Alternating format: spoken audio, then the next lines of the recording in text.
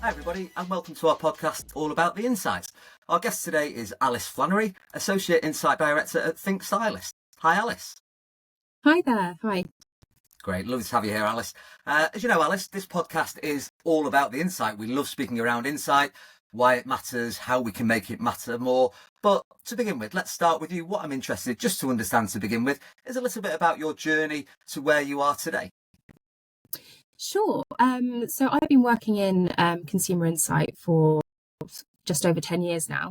I started my career as part of the Ipsos Mori graduate scheme. Prior to starting on the graduate scheme, I was fortunate enough to do some work experience at Ipsos whilst I was at university, and it really gave me a flavour for what a career in insight would look like, and really inspired me to apply for the grad scheme. So as part of the grad scheme, I rotated into quant and qual teams and really got like a holistic view of what it's like to work within this industry. And then as part of my my time at Ipsos, I actually went on secondment for a year to Unilever and worked within the Lipton consumer insight team, and focused on pack design and understanding consumer perceptions and preferences towards the visual and structural elements of a product's packaging. And this really gave me a flavour of working in-house, and I wanted to explore that further. So I moved on to work at Paddy Power Betfair, which is now known as Flutter, again as part of their insight team with a particular focus on marketing and developing marketing campaigns, and also assessing the impact of those campaigns.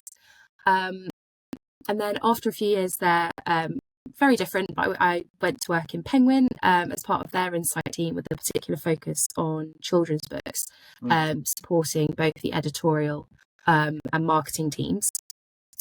And then my latest role, I've been at Think Stylist now for 2.5 years. So Think Stylist is part of the Stylist Group. It's a research agency powered by the Stylist brand.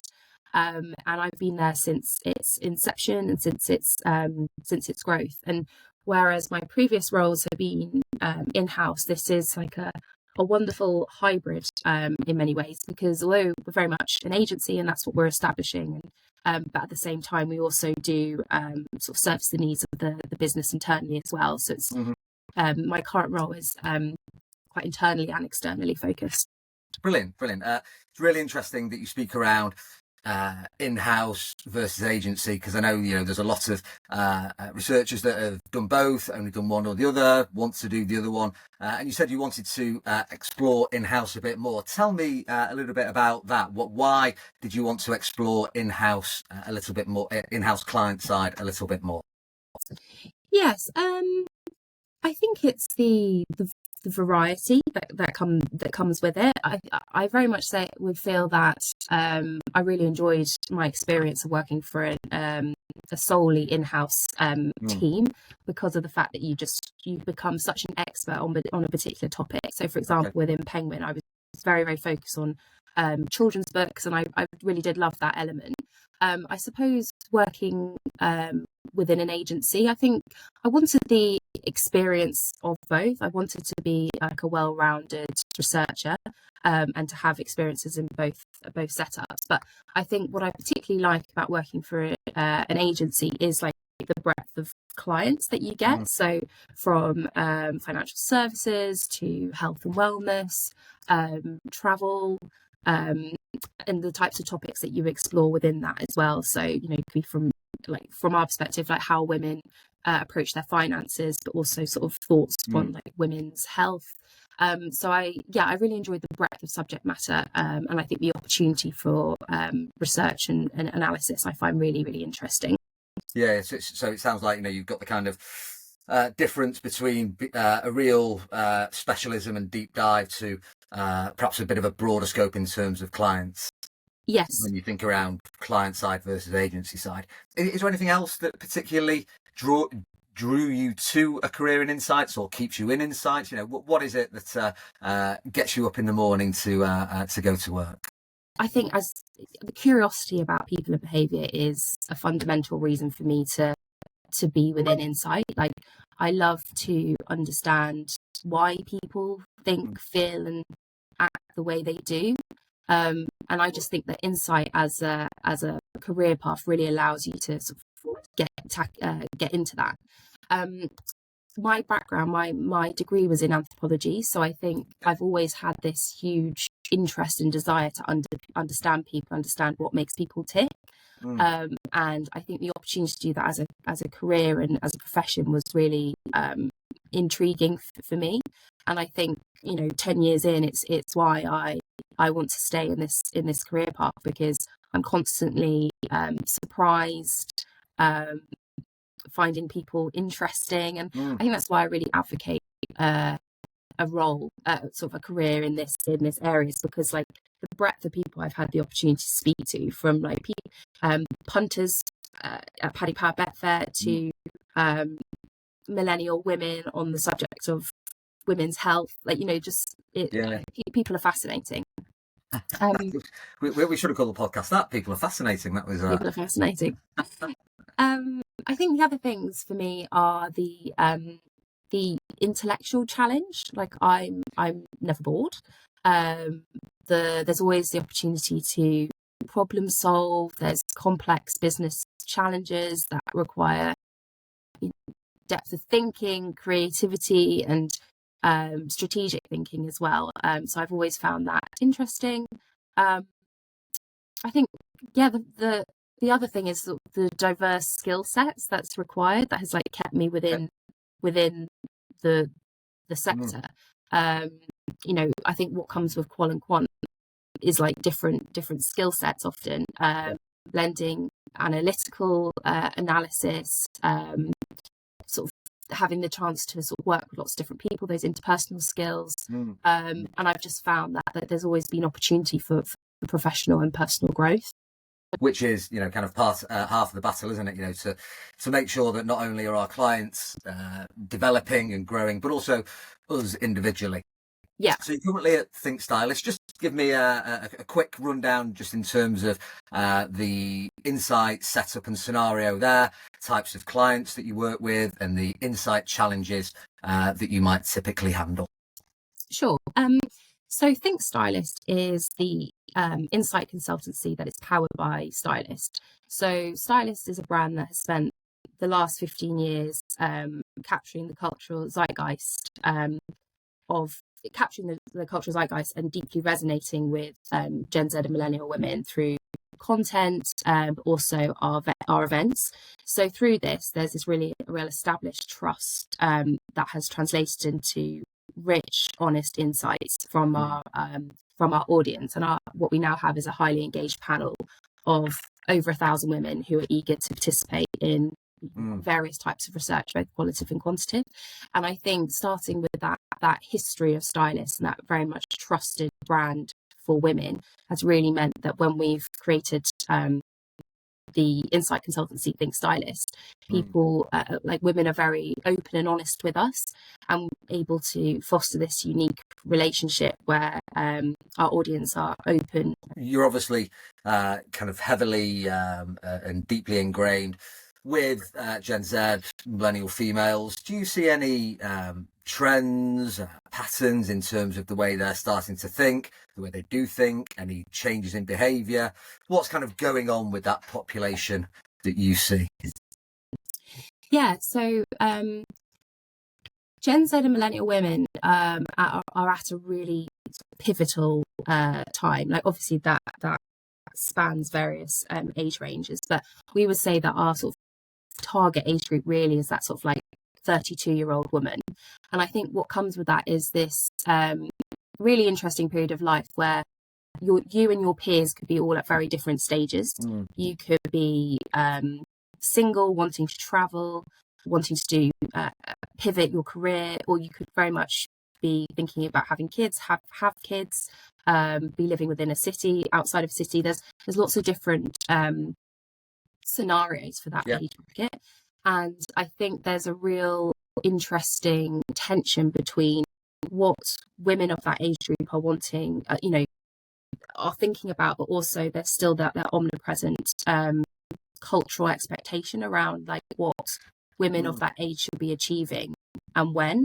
So some of the things that we've spoken to people about is like feeling like they need to own a house by a particular time, that they need to be at X stage in their career, have had kids, have got married, that kind of thing.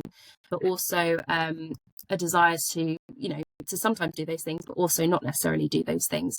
So we've definitely found that there's this sort of tension and pressure around knowing sort of where to go. And also other kind of things that we found interesting recently is sobriety.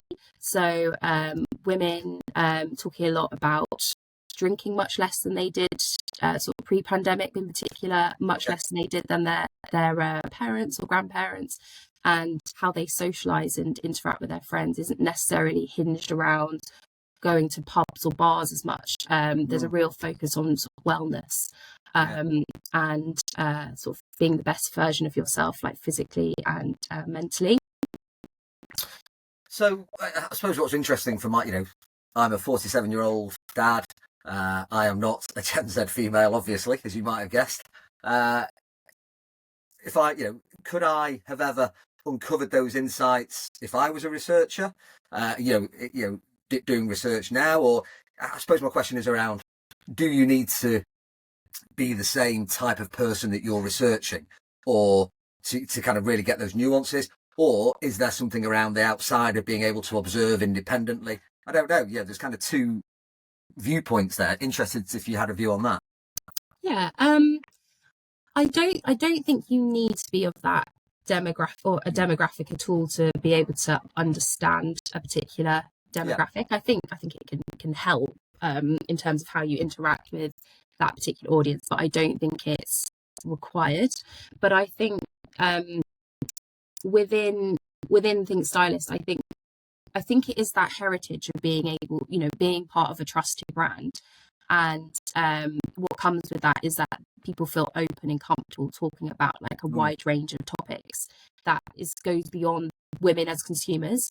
So I think what we find is that so often, women are the most researched group of people, and it's often focused on their buying behaviours. Whereas what makes Think Stylist unique is we go much beyond their buying behaviours. We're focusing on how they feel, what makes them happy, what are challenges for them, what do they worry about, and I think we found that people are very open with us and happy to share, and I think that really uncovers huge amount of insight that you wouldn't be able to in other spaces when you're just purely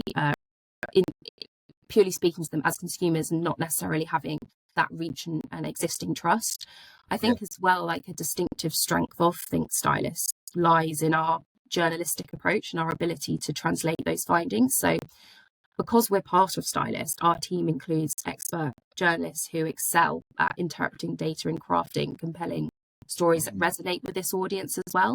So not only resonates with them, and you can see that in the content on our website and in our magazines, but also sort of knows how to speak to them. So what we find is, we leverage this inherent understanding and communication expertise, not only to empower ourselves internally, but to empower other brands to effectively connect and engage with Gen Z and millennial women. Yeah. And when you're working with your clients, how do you know when it is working? Kind of what does it look and feel like for them, for you? How do you know that insight is having a difference to them? I think there are a few areas. So firstly, a result in a long-term partnership, I think is key. And we've been fortunate in that we have many repeat partnerships and long-term partnerships that have been going on for a long time now. I think when we see sort of our insights directly impact our editorial strategy, so we have a look at things like click-through rates, dwell times, and sort of consistently we find that our dwell times and click-through rates are above benchmarks. And as I say, a lot of the insights that we gather feeds directly into what the editorial team are writing and talking about, and I think that's reflective in the numbers. We also have like consistently strong pre-post campaign results. So we often do pre-post campaign effectiveness studies, and we'll see improved brand perceptions and equity, which again, I think that's a clear sign that our insights have worked. Yeah. And yeah, I think again, like as I say, long-term partnerships, repeat clients, they've come back to us and said they've got value from previous work, and want to do more. Yeah, and that value for how do we define value for clients? What is it that a good insight can do for a client? Yeah, I think my view is you want to be able to make clients' lives easier, and I think it's all very well providing data or just providing information, but it's that strategic recommendation that enables them to go into whatever meeting at work and be able to have a point of view based on really tangible information from experts who know this audience inside out. So I think it's empowering the client to sort of have real understanding and bring them along on the journey and into the world of stylist and what we know about our audience. Like often with our partnerships, it will involve research will be one thing, but also sort of events and opportunities to sort of meet the audience as well. So I think that really equips clients with just a real depth of knowledge. And as I say, like the journalistic approach sort of pieces together the data into a really compelling message that they're then able to leverage internally. Yeah. Making sure that, as you say, the clients can trust what we tell them, and then that gives them the confidence to challenge in their own business or kind of suggest ideas confidently. I think that's really interesting. You've spoken a lot there around value for clients and when research and insights can work. Everything doesn't always go swimmingly. What challenges do you find in terms of insights with clients? So that could be in terms of either embedding insights with clients or convincing them of the kind of power of insights or convincing them to do a project. How do we overcome, what challenges do you see in integrating insights into businesses, and how have you overcome them? Yeah, so not so much focused on Think Stylist, but thinking about my previous roles, I think budget will always be a key thing in kind of trying to demonstrate why it's worth spending that money, and that's applicable sort of for an in-house researcher and working within an agency as well. But I think my previous experiences of working in-house is trying to sort of communicate where insight will take you, and highlighting that this is what we know. We can feel confident that we know a lot about our audience, but ultimately insight will be able to get us even deeper. And I think often in businesses, like to your point around, like if you're researching an audience that you as the researcher aren't necessarily part of, being able to sort of conduct insight will really be beneficial. So I think for me, it's kind of in more financially challenging times is kind of convincing that insight is going to be a really beneficial thing. And then I think on the back end, once you have the insight, is ensuring that the information isn't just kind of left, like really helping teams embed that insight and make it sort of accessible.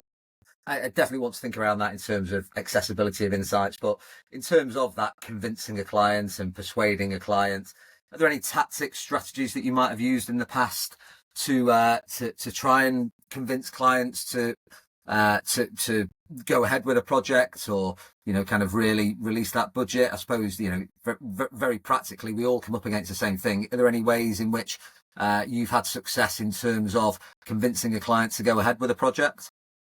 Yeah, so again, I'm thinking about internal stakeholders at previous places of work, and I found that like case studies are just really vital. I guess the merit of being like working with internal stakeholders is often they've been on the journey with you, so they remember like previous projects and the impact that they've had. But I think case studies are vital, and I think kind of being very clear in the proposal what the output's going to be.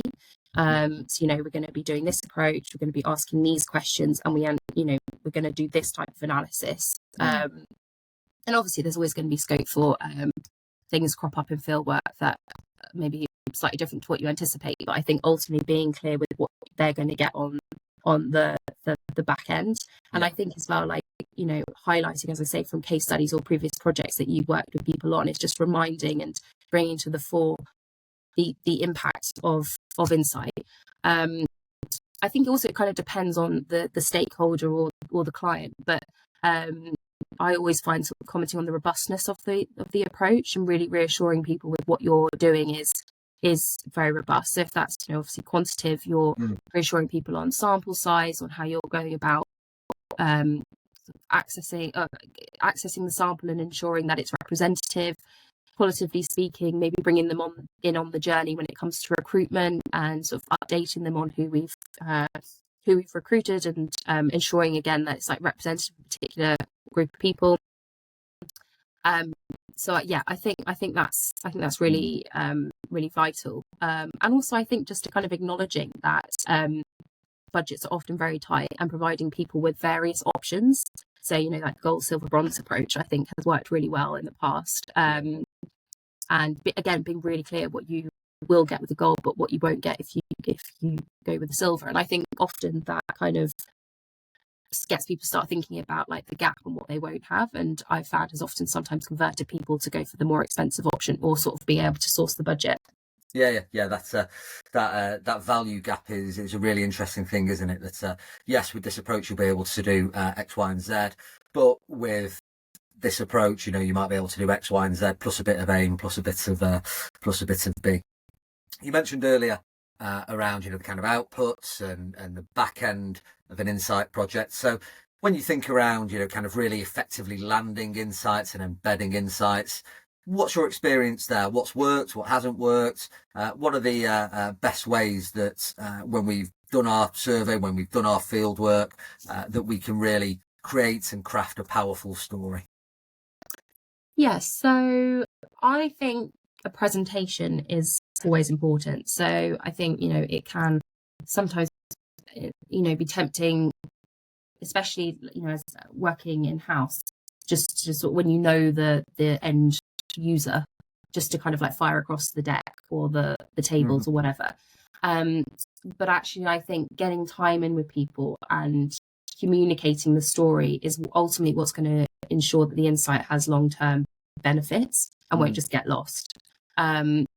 So I think a presentation is really important, or whether that's just attending an internal team meeting, have the opportunity to do a bit of a headline summary, or I guess working with clients, having the opportunity to go into their offices and take people through it. But I think within that presentation, interactivity is really important. And some experiences at Penguin in particular is doing internal workshops.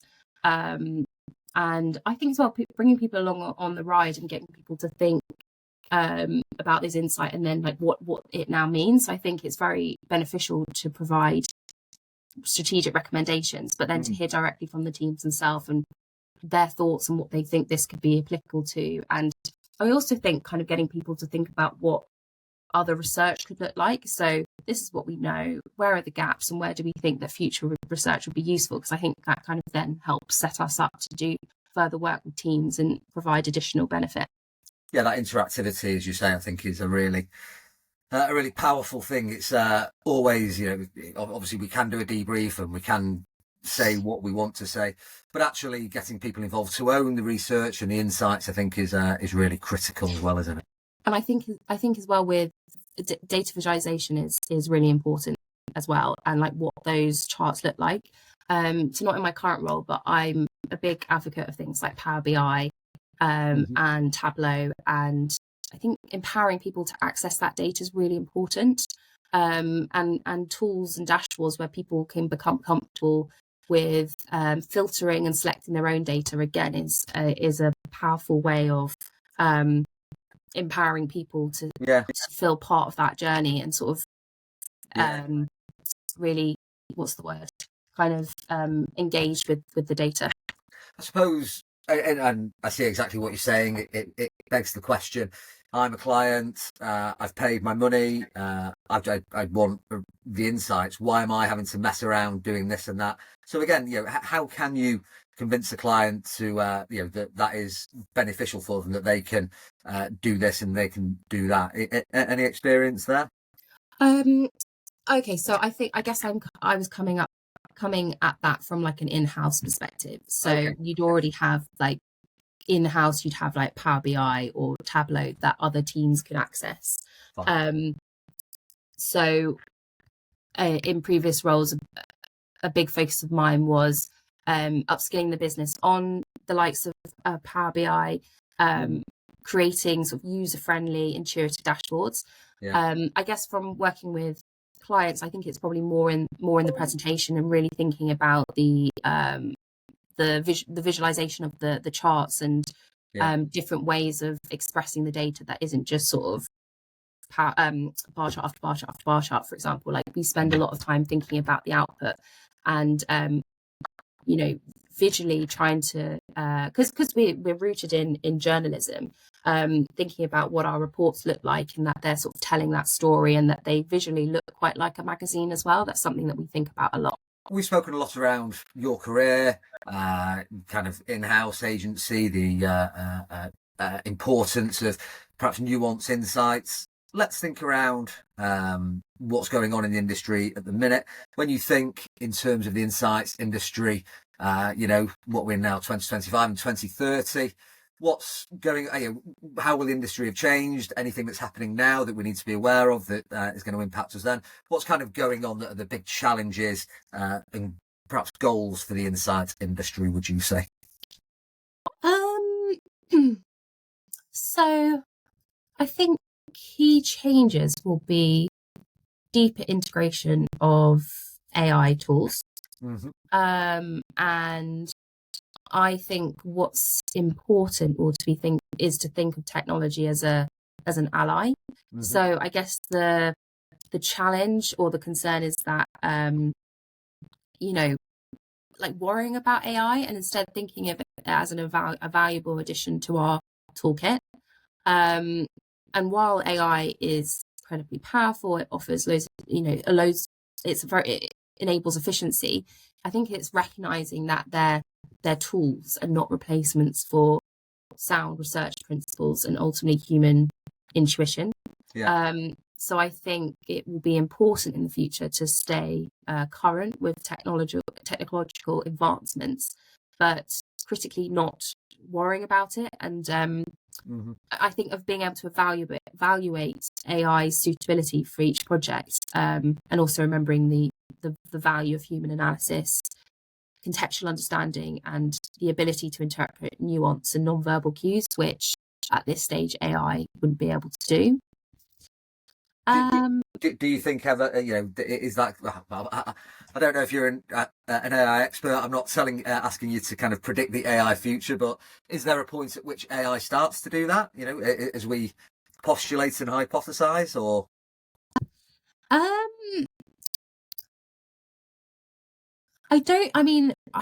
Who knows where the future will go? I don't think so. Or I like to think that the advantage that human beings will have will really be the non-verbal and the nuance.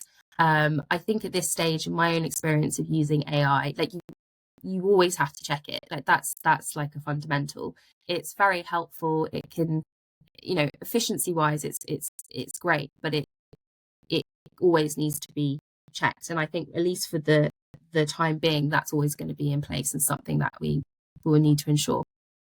But I'm very much of the view of like seeing it as a positive and as I say, like an evolution of the toolkit. And like anybody, that I was to work with in the future that might be new to the industry, who might be like concerned about AI, I think I would very much encourage them to see the positives in it, and not be concerned by it. Perfect. We're all still in a job. Thank goodness for that. We are pretty much at the end. I've just got one final kind of question to sum everything up. You know, as I say, this podcast is all about how we can make insights matter more, why insights are important, what the value of insight is. So from your perspective, you know, is there one tip that you would say or that you would suggest for making insight matter more in a business? Sure. I think it's about embedding insights directly into decision-making processes and workflows. So instead of treating insights as, you know, as we've spoken about, standalone reports, for example, like actively integrating them into regular meetings, strategic planning sessions, and even daily operational discussions. So when teams understand, I think, how insights directly inform decisions and see the impact of those decisions, the value and importance of research become more tangible and matter more to everybody involved. So I think that is a key challenge and sort of role of the insight professional is to integrate insights and ultimately will make sure that insights matter more within businesses. That is the perfect ending. There is no need to carry on. Thank you very much for that, Alice. That was lovely. Thank you so much. We've come to the end, so thank you for your time, and I'll speak to you soon. Thanks very much, Alex. Cheers, Alice.